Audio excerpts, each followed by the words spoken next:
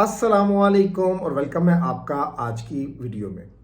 आज की वीडियो में हम आपके साथ डिस्कस करेंगे, जैसा कि आप सब लोग जानते हैं, गुलाम हैदर साहब ने इंडिया में एक वकील को हायर कर लिया है। एडवोकेट मोमिन मलिक हैं, उनके साथ लास्ट टाइम हमारी लाइव में बात भी हुई। उन्होंने आज हमें कुछ स्पेशल वीडियोस भेजी हैं, रिकॉर्डेड वीडियोस हैं, और वो आप लोगों के साथ शेयर करेंगे कि उनके नेक्स्ट प्लान क्या हैं, वो क्या करने जा रहे हैं और किस तरह से जो है वो इस सारी सिचुएशन को टैकल करेंगे, कानूनी मामला तो कैसे देखेंगे। तो आइए देखते हैं इस वीडियो को और फिर आगे बढ़ते हैं कि क्या होने वाला है, क्या होने जा रहा है और गुलाम हैदर केस में क्या पेशरफ्त आप आने वाले दिनों में देख रहे हैं। श्री अंसार बर्नी जो कि ह्यूमन राइट एक्टिविस्ट हैं, बहुत बड़े, दुनिया उनको जानती है और वो पूर्व फेडरेशन मिनिस्टर भी रहे हैं और यूएनओ में ह्यूमन राइट्स के एडवाइजर भी हैं, जो मेरे मित्र हैं, कई बार भारत में आ चुके हैं। और जब वो भारत आते हैं तो हम एक दूसरे के साथ बैठ करके जो इंडिया और पाकिस्तान की जो लोगों की समस्याएं हैं उनको आपस में साझा करते हैं। तो उन्होंने मुझे ये लेटर भेजा है जिसके अंदर मेरे से रिक्वेस्ट करी गई है कि मैं सीमा हैदर के पति गुलाम हैदर की तरफ से भारत के न्यायालय के अंदर उसके केस की पैरवी करूं। और उन्होंने मुझे ये खत भेजा है, रिक्वेस्ट लेटर भी उन्होंने मुझे भेजा है, जो कि मैं आपको दिखाने जा रहा हूं।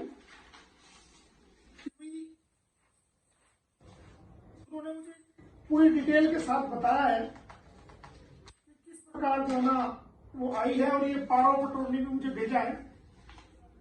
ये आप देखेंगे, ये गुलाम हैदर ने मुझे पावर ऑफ अटॉर्नी भेजा है केस लड़ने के लिए। वकालतनामा भी मुझे भेजा गया है, ये आप देखिए कि ये वकालतनामा है।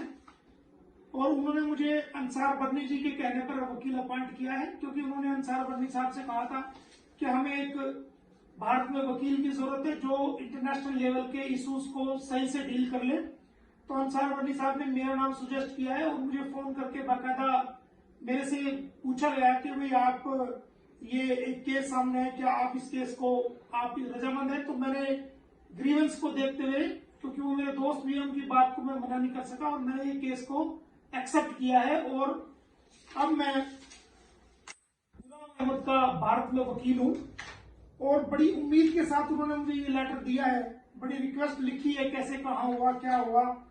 और ये आप देखेंगे, ये अंसार और ट्रस्ट का एक रिक्वेस्ट लेटर भी है जो कि मुझे दिया गया है इस केस को लड़ने के लिए।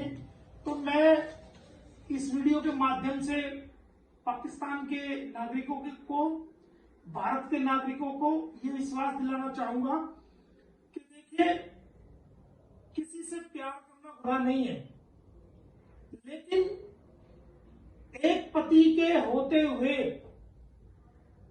आप किसी के प्यार में पड़ते हो तो वो समाज के अंदर एक अनैतिक संबंध माना जाएगा।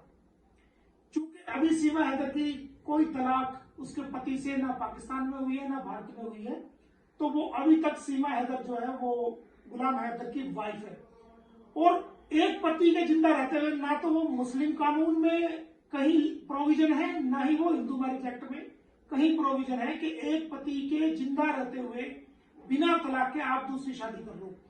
तो जो ये शादी सचिन से दिखा रही है, ये कानून की नजरों में बिल्कुल नल एंड वाइड है, इसका कोई औचित्य नहीं है और ये किसी प्रकार का रिलेशन नहीं है। भारत तो वो देश है जहां पर यहाँ की भारत देश की महिलाएं तो वो महिलाएं हैं, वो पूजनीय, वो आदरणीय महिलाएं हैं कि अगर एक बार जिसको पति मान लिया, जिसके साथ सात फेरे ले लिए या जिसके साथ निकाह हो गया, वो पति चाहे कितना भी जुल्म करे, लेकिन वो हमेशा, भारत की जो महिलाएं वो हमेशा पतिव्रता रहती हैं। अपने पति के अलावा किसी गैर आदमी, किसी गैर मर्द की तरफ देखना भी गवारा नहीं करती, चाहे उन पर कितना भी जुल्म हो जाए। और जब तक उसका पति जिंदा है तब तक किसी के नाम का, जो उसी के नाम का सिंदूर वो अपने माथे में सजाएगी, या तो उसकी डेथ हो जाए या उससे तलाक हो जाए, तब वो दूसरी शादी करती है। अदरवाइज वो एक पति के रहते हुए अपनी मांग में कभी भी दूसरे मर्द का सिंदूर नहीं सजाती। ये भारत की संस्कृति है। दूसरी बात, भारत की महिला वो महिला है कि अपने पति के प्राणों को, जो क्योंकि एक महिला का पति एक्सपायर हो गया था, उसके प्राणों को यमराज लेके जा रहे थे। तो ये वही भारत की महिला है कि यमराज से अपने पति के प्राण वापस ले आई थी। प्यार करना गुनाह नहीं है, लेकिन हमारे भारत में ऐसी गंदी संस्कृति नहीं है। हमारे भारत में अच्छी संस्कृति है, बहुत ही बेहतरीन संस्कृति है। या अगर तुम्हें सचिन से शादी करनी थी तो सबसे पहले तुम्हें पाकिस्तान में जाके तलाक लेना चाहिए था, या पहले तलाक लेती, उसके बाद उसके नाम का सिंदूर जो है अपने माथे में डालना चाहिए था। लेकिन आप एक पति के रहते हुए सिंदूर डाल रहे हो, ये भारत की संस्कृति नहीं है। इसको हमारे समाज के अंदर कोई स्वीकार नहीं करेगा। हमारी बहन बेटियां भी जो है, जो भारत की बहन बेटियां, उनके अंदर भी इसका गलत मैसेज है और हमारी बहन बेटियां भी इसको लेकर के बड़ी नाराज है। तो आपको अब भी समय है, आपको अपनी भूल को सुधार करना चाहिए और पहले आप तलाक लें, उसके बाद आपको शादी सचिन से करनी है, कोई बात नहीं, आप कर सकते हैं। आप पहले, उसके बाद आप जो है उससे शादी कर सकते हैं, लेकिन अपने पति के रहते हुए आप किसी के नाम का सिंदूर डालें, ये भारत की संस्कृति में बिल्कुल नहीं। जी, तो इस वीडियो के बाद हमें इस चीज़ का बखूबी अंदाज़ा हो गया है कि गुलाम हैदर के केस को लेकर मोमिन मलिक साहब अब कितने एक्टिव होने वाले हैं। उनका ये वीडियो रिकॉर्डेड जो हमें मौसूल हुआ है इंडिया से, इसको सुनने के बाद यकीनन आपके बहुत सारी क्वेश्चंस के आंसर्स हो गए होंगे। फर्दर इंशाल्लाह ताला आज हम शाहिद साहब के साथ लाइव करेंगे और उनसे मज़ीद जानेंगे, इस बारे में मज़ीद डिस्कशंस करेंगे। हमारा ये सिलसिला लाइव का, मेरा और शाहिद भाई का, ये चलता रहता है। अल्टरनेटिव डेज पर हम लाइव करते रहते हैं और इस केस और मुद्दे को लेकर आगे बढ़ रहे हैं। उम्मीद करते हैं कि आप लोग हमें अपनी दुआओं में याद रखेंगे और गुलाम हैदर के लिए स्पेशली दुआ कीजिएगा कि अल्लाह ताला उसके बच्चों को जल्द अज जल्द उससे मिलाए।